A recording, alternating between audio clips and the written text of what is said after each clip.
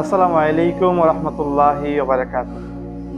যারা মনে করেন যে এখনো তো অল্প বয়স, বয়স হোক নামাজ পড়ব, এখন তো বিয়ে করি নাই, বিয়ে করি তারপর দাঁড়িয়ে রাখবো, এখনো তো বয়স হয় না, এখন তো যুবক, বৃদ্ধ হই নবীর সুন্নত পালন করব, তাদের উদ্দেশ্যে বলি, ভাই একটু কবরস্থানে যান।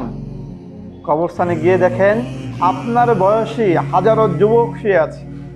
কবরস্থানে যান, গিয়ে দেখেন আপনার থেকে কম বয়সী হাজারো ছেলে শুয়ে আছে।